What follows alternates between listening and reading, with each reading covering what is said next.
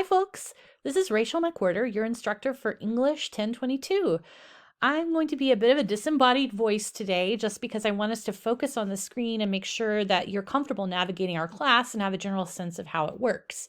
In the future, I may try doing some weekly videos, just like maybe one check-in. Most of the interaction we'll have will be in text on the computer, of course, as we're an all online class, but I just wanted to be more than a name on a page for you this first day. So welcome. All right, I'm looking at our homepage now. I'm actually going to do this through the instructor's lens. If there's a slight variation, I do apologize, but if I use the student view as I'm making this prior to the start of the semester, a lot of things will be locked up. So this was really the only option. All right, so Comp 2, and this may be the first you hear of it, but this class is themed around the monstrous. So we are Composition 2. We will be using analytical literary text and close reading to just make wonderful curiosity and our curious thoughts visible. But I have had a fun time doing this in the past. I have taught this at a former institution for more on a decade now. I just love this theme and students really respond well. And frankly, there's so much to do with it. So bear with me if this is new or if it seems kind of off-putting. I promise you, give it a chance. You'll get there with it. All right, so on our homepage, you've got the welcome. You'll have a slightly different announcement at this point. This is the pre-semester welcome. But each week you should look for these at 8 a.m. on Monday morning or, shortly thereafter to include information looking past week. What did we, come together? What did we collectively find in our discussions? And reminding you what is upcoming that week. Our assignments are generally due Mondays and Thursdays by 11:59 p.m. So a Monday morning announcement will remind you of that day's assignment, which is usually a reply to a previous discussion post, and also give you a reminder of the upcoming one and the readings attached to it for that Thursday. All right, as far as our class readings, the only text you have to buy for this course, or of course, borrow or find at a library, is this book, Pet by Amezi. It's a great YA sci-fi text. It's not particularly hefty, but it handles such a good job of talking about the monstrous in both really speculative and kind of out there terms, but grounded and rooted in very real world problems, which is, as you'll find, one of our main goals in this class. The rest of the class readings will be found within our course. I'm not going to click this link here because your page will look a little different, but I'm going to show you where that is. So as far as navigating the course, you're probably, hopefully, not new to D2L, which I was last semester. I've come a ways, so bear with me, but I'm kind of proud that I'm getting more oriented with it.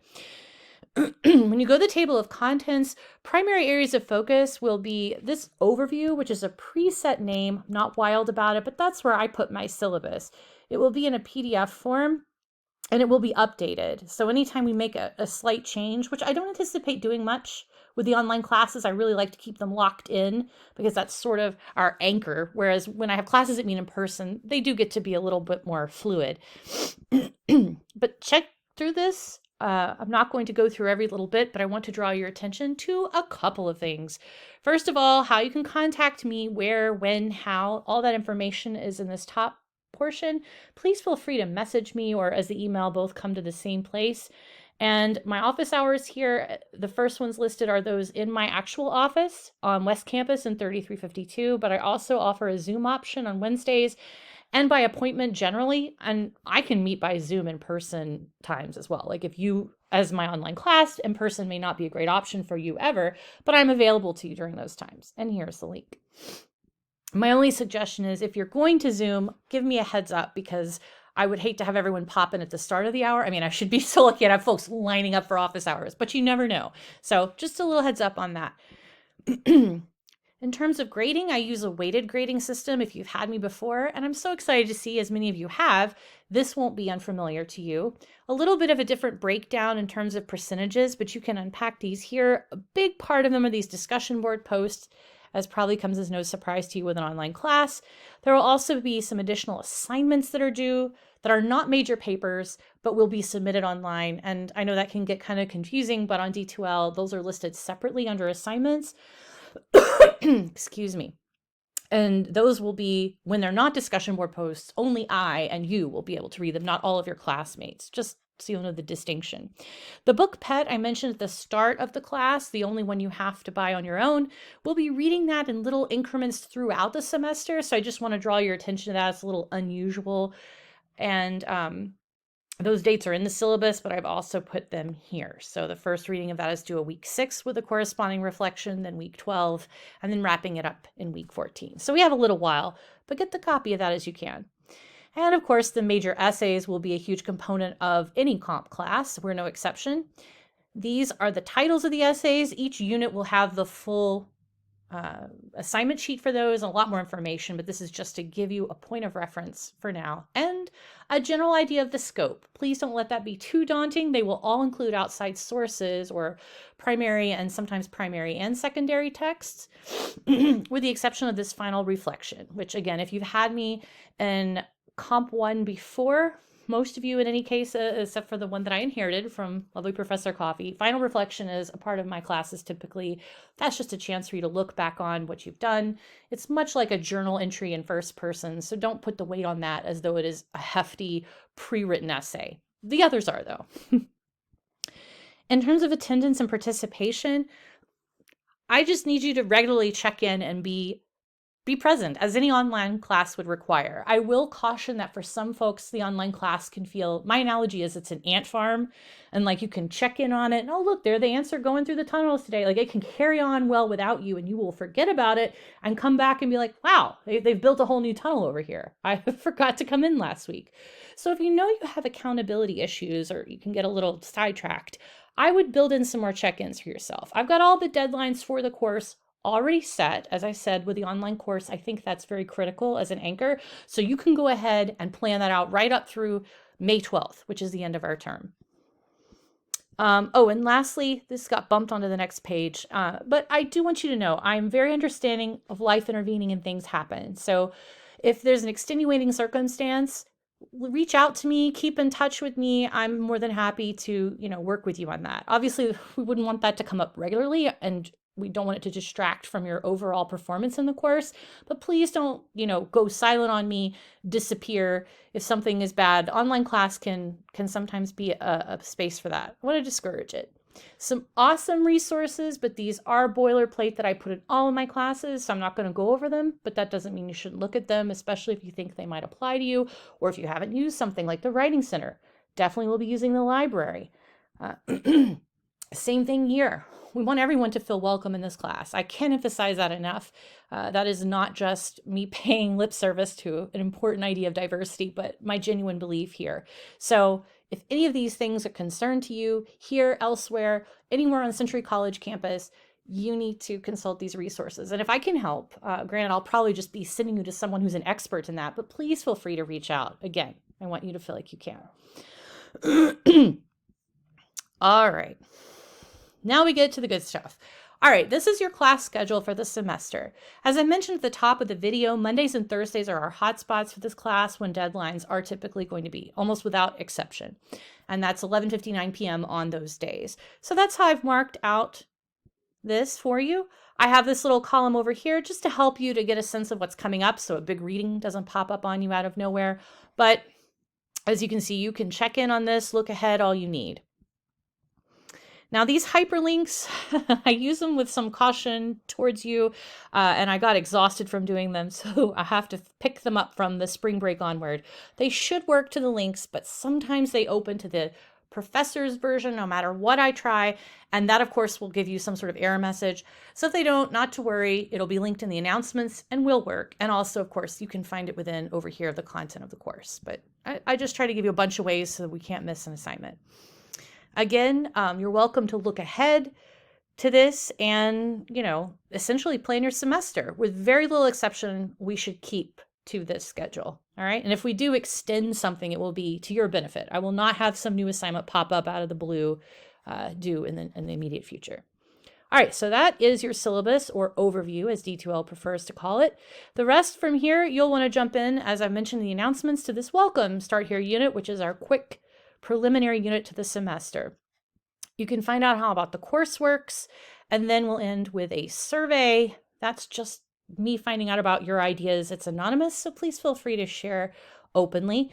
And a course quiz. I believe this will be the only quiz. I'm not going to promise, but I have none other made and no other intentions. As long as the reading is going along well, I despise pointless quizzes. But this one feels necessary because I don't know how else to ensure that you look through all the right parts in the unit and really feel like you got the muscle memory for how the course works when things are due. So it's an easy way to make an A and to hold you accountable for going through these opening pages. So these are all due this coming Thursday. That's January 16th, again, by 11:59 p.m.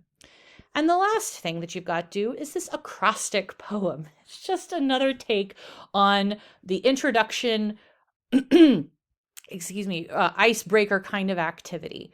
In this case, I've given you the background, but it's an acrostic poem, just a fancy phrase for when you put a word vertically, right? And then you assign smaller words with the first letter of each. That even sounds more complicated than it is. Read through this, but you got my example. I'm going to go ahead and open that. It will have already been pinned and posted. So if you're really struggling to sort of get a sense of what I mean, here we go. So I've got my name, Rachel, going vertically. Horizontally, I've assigned a word for each letter that just reflects something I care about or me. These can be nouns, adjectives. I don't care what part of speech they are. I just want you to feel creative and as though we're getting a sense of you. And then I decided one of mine is collages. I love collages. You've got one on the header of the page. I did a little bit of that here for things that I love that just couldn't make it into the 6 letters that are in my name, including a photo of my 3 current corgis that are the most wonderful dogs ever.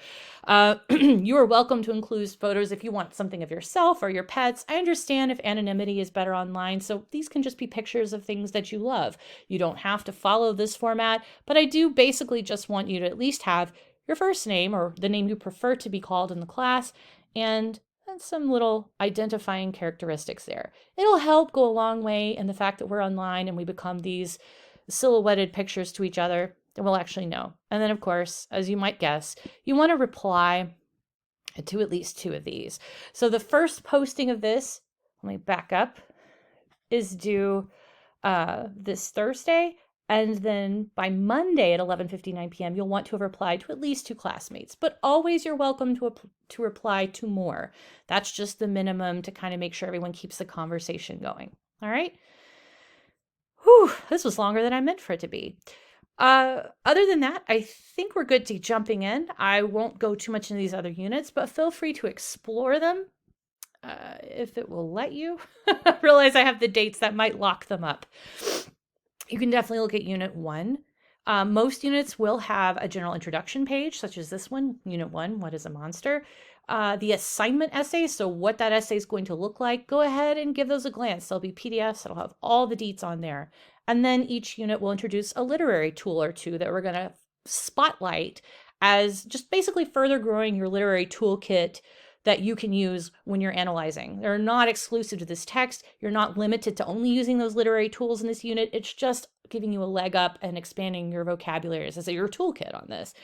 The other content that we'll use in this section, it's this really cool 7 theses on the monstrous. I'm telling y'all, there's so much stuff on monster theory. If this is new to you, believe me, there are people who devote their whole lives working on this and coming out with some very interesting stuff. I am a mere dabbler, but I have utmost respect. You're going to become something of an expert yourself this semester. And then each unit will have a section called Assessed Work, which is where you'll see what assignments are actually due that particular unit. And they should have all the dates and the fun stuff like that. All right. Well, I'm going to call that the end of our first intro video here, but please enjoy navigating the course. Let me know if you encounter any issues or errors. There's bound to be a few. Oh, and don't neglect the fact that we've got a monsters playlist. I got carried away learning D2L over break, discovered how to make widgets, so most of my classes get Spotify playlists. Yours has a monsters theme. It's quite random by genre. Well, you'll see. Feel free to scroll through and play. I thought it provided a nice accompaniment to the page. And if you have any additions that you would like to send, please let me know. I'm growing these playlists all the time. I mean that. I love your feedback on it. All right, have a wonderful first week back, and I look forward to meeting you all in your acrostic poems and the discussion board.